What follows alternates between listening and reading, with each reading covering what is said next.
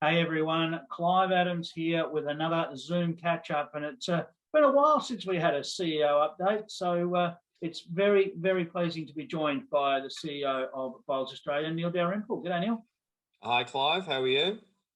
Not bad, mate. It's a trying time again, isn't it? We've got COVID around the place. I'm sitting here in isolation in WA. You're sitting there in lockdown in Victoria. There's a few people doing it tough around the place. It is. Yeah, no, it is. It's a bit unfortunate. And as we know, there's been quite a few ramifications around this particular lockdown in Victoria. And yeah, look, it's frustrating. And yeah, it's the timing is never good. But yeah, look, we just got to remain resilient and optimistic. And hopefully we'll get through this and things will look a bit brighter on the other side. Yeah, certainly. The Australian Championships last week, although cut short, a successful event, but unfortunately just cut a little bit short once COVID kicked in.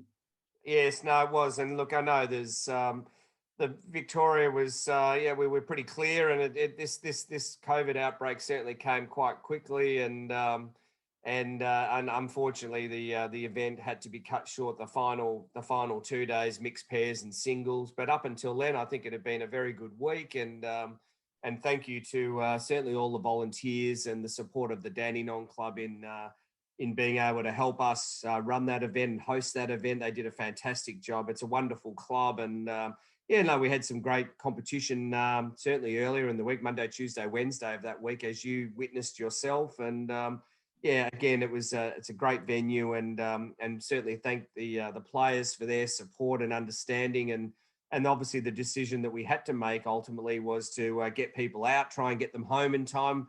As we know, you're one of them. Some people didn't quite get home in time, and we certainly feel for those people. But look, it's an unforeseen circumstance. I mean, we've had some criticism about, why did we run this event in Victoria? Well, look, if we had a crystal ball, it's a wonderful thing in hindsight. And the event, this could have happened anywhere across the country, as we know. I know Victoria has a bit of a history now, but look, there've been outbreaks, and look, there potentially will be outbreaks into the future. I mean, I think we're all learning to live with COVID. We have to learn to live with COVID, and the vaccination program, and I'm not going to get into the political area now, Clive, but No, I've had my first dose, and I'd certainly reach out and encourage all bowlers to get out there and have their vaccine, because I think this is part of the strategy going forward for all the communities, but also certainly for bowls and for sport, that we need to support this area of fighting the virus. certainly, it was my first look at the Dandenong Club, and I was super impressed. It's just a reminder of the wonderful facilities we have Australia-wide for our great sport, Neil, and it's just another reminder of that. Yeah, absolutely. No, it's a great club, and they've done great things in a short period of time. And yeah, it's certainly the way of the future, isn't it? To some degree, that these facilities are superb. And I mean, running a competition like we did in May, which traditionally might be a bit cold and wet, and was certainly a bit cold, I think, wasn't it? As I'm sure the players experienced, but you take the weather out of almost the equation when you've got a venue like that. All right, the countdown's on to the Australian Open, and it's probably been a tough week, it's fair to say, for Andrew Howie, but he is doing a fine job up there, and the Australian Open will go ahead up on the Gold Coast. No, we've made that announcement, Clive, and yeah, as you say, certainly Andrew has been superb in what he's had to deal with this week, and for those that don't know, obviously the Victorians are pretty much out of the Australian Open now, and that's a significant hole in the field. And I'm sure I feel for all the Victorians, including my good self, who was meant to be playing in the pairs and the fours, and having to reconfigure those teams.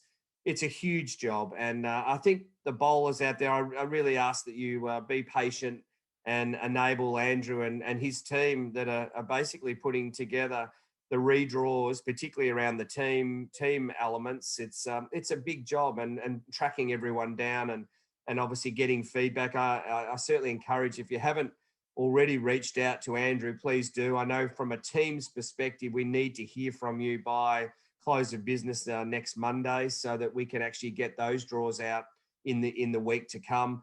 The singles draws will be released very soon. So I think that'll give everyone a bit of confidence around next weekend, as in the 12th of June, when we kick off the Australian Open. The numbers have been superb again. I mean, even taking the Victorians out of the equation, strong numbers have entered this year's Australian Open. It's really pleasing, given that we haven't got many overseas competitors. We've certainly got some Kiwis that have supported the event once again, which is fantastic. But yeah, numbers are strong.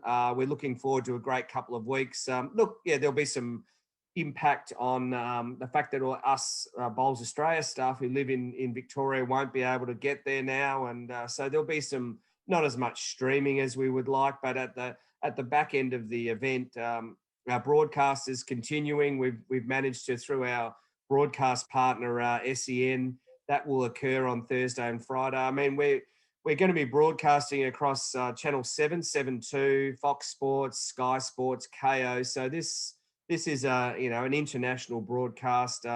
It's still going to look fantastic. We're still going to have great fields. So and not to forget too that through our secondary rink and the support of Gold Coast Tweed District, there'll be also streaming at the back end of the event.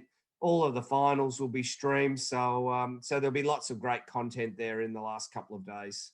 Brilliant. A wonderful time to be had up there on the Gold Coast. Of course, the Mega Bowl events and all the excitement that surrounds an Australian Open. And to the Victorians out there, you know, there's next year, and we're feeling for you. Neil, there are some other things that go on at the Australian Open in terms of some key meetings and so forth.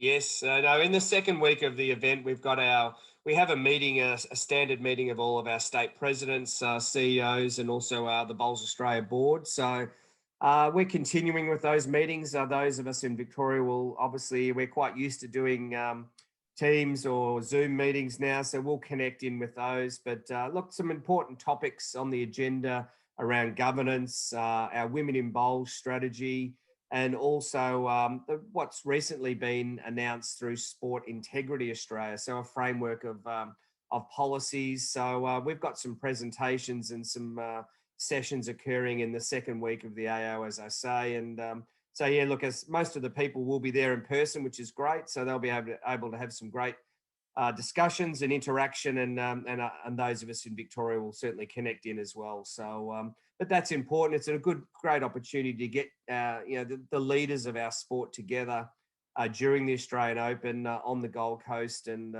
look forward to some positive discussions in that area. Well, we certainly encourage everyone to stay in touch with everything that's going on. You can do so at the Bowls Australia website, of course, bowls.com.au for that one. But there's also the Bowls Show and Without Bias, Neil, that are happening at the moment. And look, on 7.2 on Fox Sports, the Bowls Show. So we've got some great highlights from earlier BPLs this year, and also some fantastic stories that I've witnessed on the Bowls Show in terms of Jack Attack as a great example. David Wipunda, former West Coast Eagles footballer, who's now a Jack Attack convert, and he is hooked on the sport as well, Neil. Yeah. He is absolutely hooked on the sport. He loves it. Nice delivery too. Yes.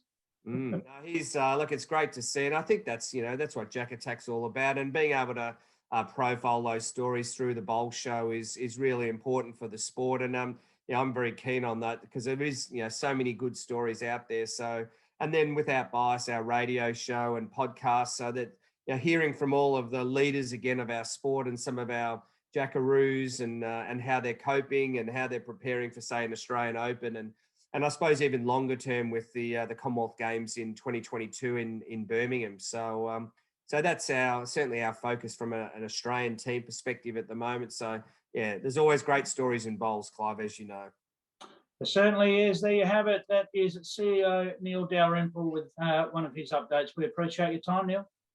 Cheers, Clive, and we'll hopefully get together soon.